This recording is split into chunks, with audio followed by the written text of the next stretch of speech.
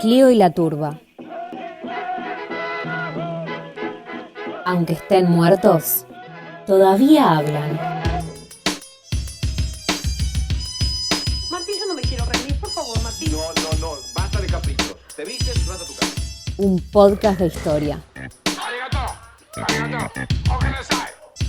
Entre los muchos récords ostentados por nuestro país, como tener la calle más ancha del mundo, la ciudad más austral o el dinosaurio más grande, el de haber tenido el secuestro más caro de la historia es probablemente el más curioso. En Buenos Aires, en 1974, la organización Montoneros secuestró a los hermanos Born, hijos del copropietario de la empresa multinacional Bunge Born, exportadora de granos y productos derivados. Por su recuperación con vida se pagó la módica suma de $60 millones. Al día de hoy, ningún otro secuestro alcanzó una cifra tan alta. La planificación del secuestro comenzó antes que Perón echara a los guerrilleros de la plaza en aquel famoso 1 de mayo de 1974.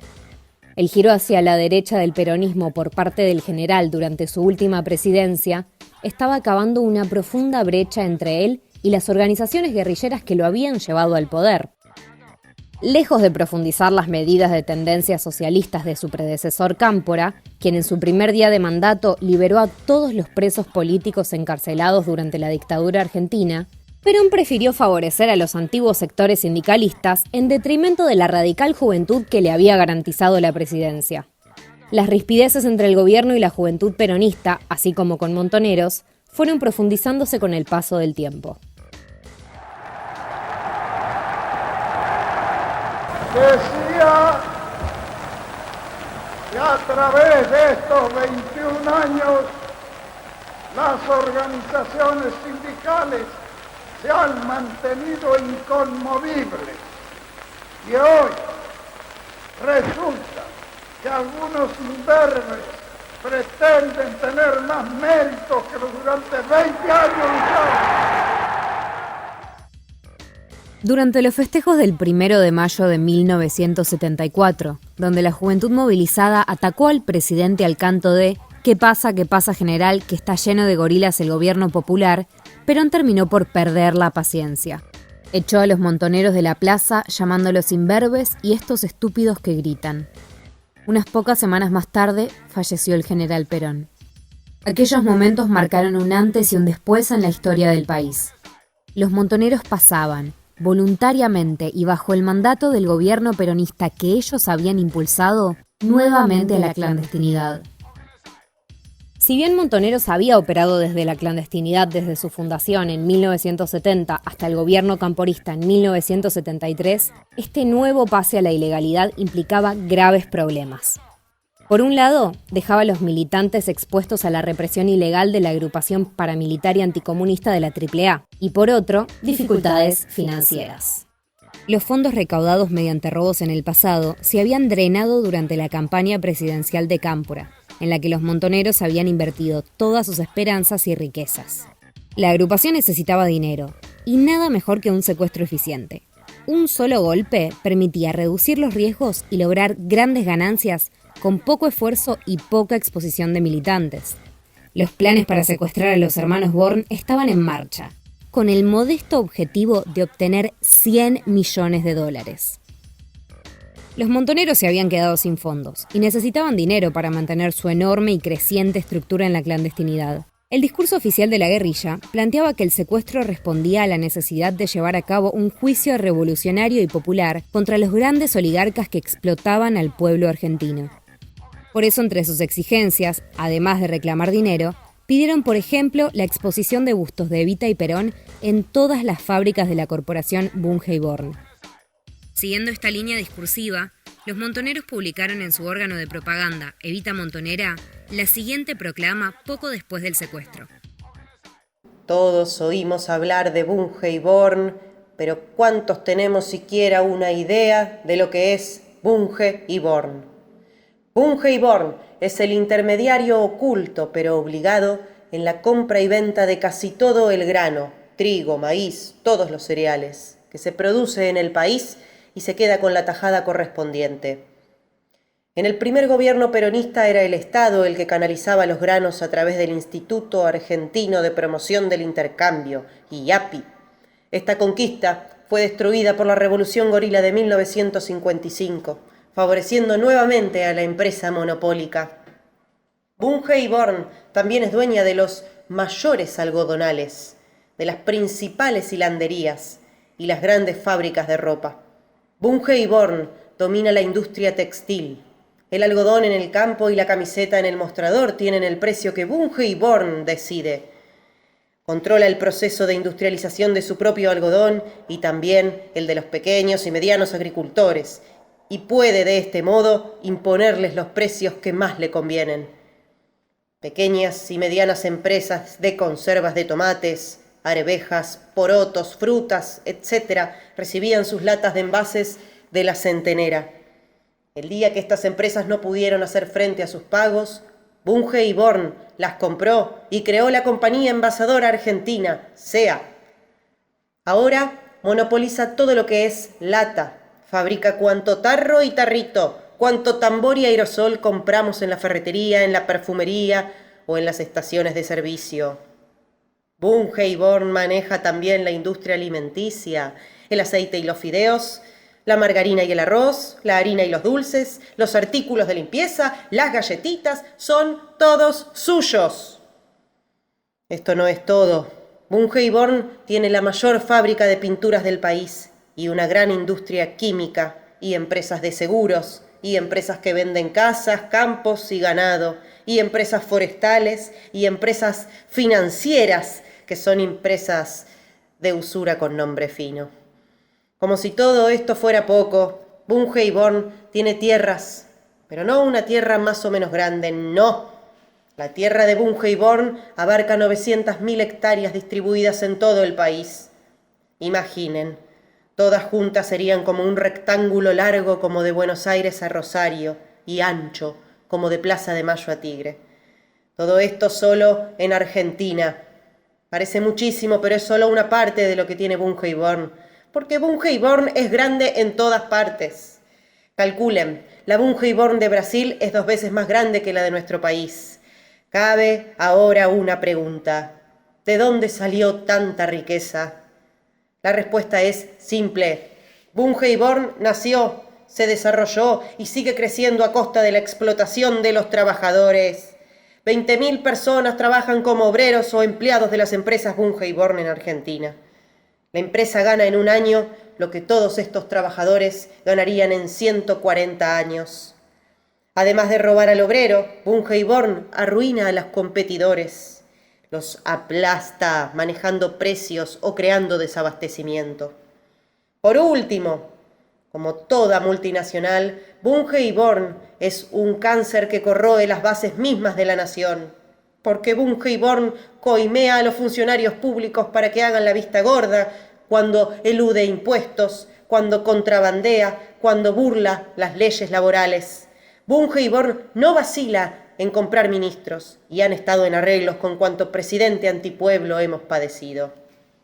Por todo esto, por ladrona y asesina de obreros, por ladrona y asesina del comercio y de la industria, por ladrona y asesina del país mismo, Montoneros decidió que Bunge y Born debía ser sometida a la justicia popular y resolvió detener a los hermanos Jorge y Juan Born. El secuestro tuvo lugar el 19 de septiembre de 1974 en La Lucila, zona norte. Los señores Juan y Jorge Born venían en automóvil por Libertador hacia la capital federal. Al llegar a la intersección de la calle San Lorenzo y Libertador, donde estamos ubicados nosotros, allí, en esa esquina, se encuentran con un semáforo que habitualmente no estaba. Un semáforo accionado a batería y puesto a propósito por los secuestradores. El auto que conducía a Juan y Jorge hacia su trabajo en el centro fue desviado por los Montos, que fingieron un arreglo en la calle para hacerlos salir de Avenida Libertador hacia una calle interna, y embestido por una camioneta para obligarlos a detenerse. Los grupos de ataque de la guerrilla lograron inmovilizar al auto de los herederos Born y al de su custodia. Disfrazados de policía y fingiendo estar llevando a cabo un operativo contra la guerrilla, Al grito de abajo comunistas, redujeron a algunos de los guardias, pero el amigo de la infancia de los herederos y el chofer del auto murieron tiroteados tras intentar activar una alarma en el auto. En tan solo unos minutos, los dos grupos comando de los Montos lograron esposar y secuestrar a los hermanos Born, quienes serían llevados a una cárcel del pueblo para recibir su juicio revolucionario mientras se negociaba su rescate. El secuestro de los herederos del millonario Born se hizo público rápidamente, pues los propios montoneros lo promocionaron como una forma de mostrar su poderío y legitimarlo ante la opinión pública. La publicidad del caso llevó a las 3 ramas de las Fuerzas Armadas a competir entre ellas en un intento por encontrar a los secuestrados, primero, y al botín del secuestro después. La asfixiante y aislada vida dentro de la improvisada cárcel del pueblo montonera costó muy caro a la salud mental de Juan Born. Su hermano Jorge, mientras tanto, terminó por convertirse en el negociador entre su padre y sus secuestradores. Luego de torcer la voluntad de Born padre, quien se negaba a financiar la guerrilla, y conseguir que Juan fuera liberado prematuramente, Jorge Born acordó un pago por su libertad de $60 millones. Si bien los montoneros habían comenzado pidiendo 100, seguía siendo una cifra exorbitante. Tan exorbitante era que la organización no tenía idea de qué hacer con ella, cómo cobrar el rescate, dónde depositar el dinero. Finalmente se acordó un sistema de pago en el que un enviado de Born padre llevaba los dólares en cajas de vino en una camioneta, la cual era guiada por toda la ciudad por distintos autos manejados por los montoneros. Luego de hacerlo recorrer un buen camino hasta lograr desorientar a cualquier otro conductor que pudiera estar siguiéndolos, algún militante guerrillero finalmente se subía al vehículo y llevaba el dinero a la cúpula de la organización. Las ganancias del secuestro fueron mayoritariamente a Cuba, donde el gobierno comunista aliado se comprometió a resguardarlo en nombre de la guerrilla. Las distintas fuerzas, Armada, Ejército y Marina, se desvivían por intentar encontrar el rastro millonario del dinero sin éxito. Jorge Born fue liberado a los 9 meses de su secuestro, luego de haber sido sometido a un juicio revolucionario en representación de Bunge y Born, que naturalmente perdió. Una vez en libertad, entabló una relación con uno de sus secuestradores, a quien contrató como guardaespaldas en un intento por recuperar el dinero de su secuestro. El botín, sin embargo, nunca sería recobrado. Sabiéndose poseedores de una fortuna millonaria, los militantes montoneros en la base de la organización comenzaron a reclamar fondos para sus operaciones en la clandestinidad, pero la cúpula era sumamente reservada en lo referente a la distribución del dinero.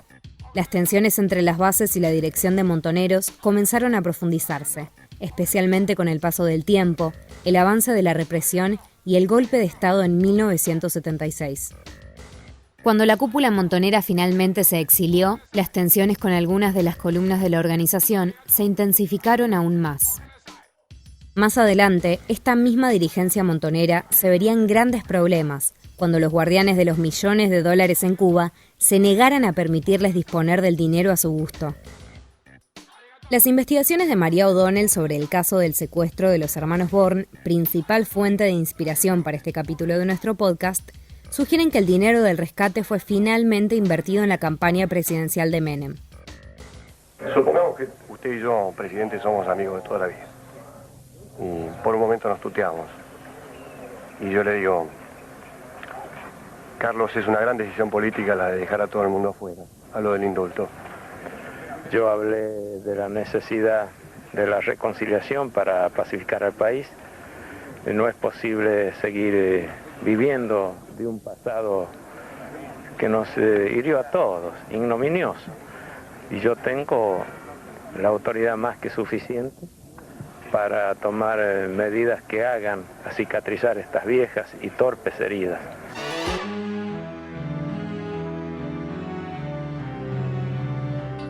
Menem asumió la presidencia del país en 1989 e indultó tanto a los miembros de las juntas militares de la última dictadura como a los miembros de las organizaciones armadas de la década del 70. Justificó estos indultos como un paso necesario para la pacificación del país. Con los indultos, marcharon libres los condenados por el secuestro de los hermanos Born en 1974.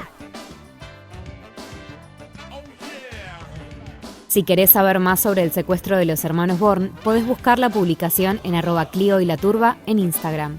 Y si querés saber más sobre la relación entre Perón y Montoneros, podés buscar el capítulo en nuestro perfil de Spotify.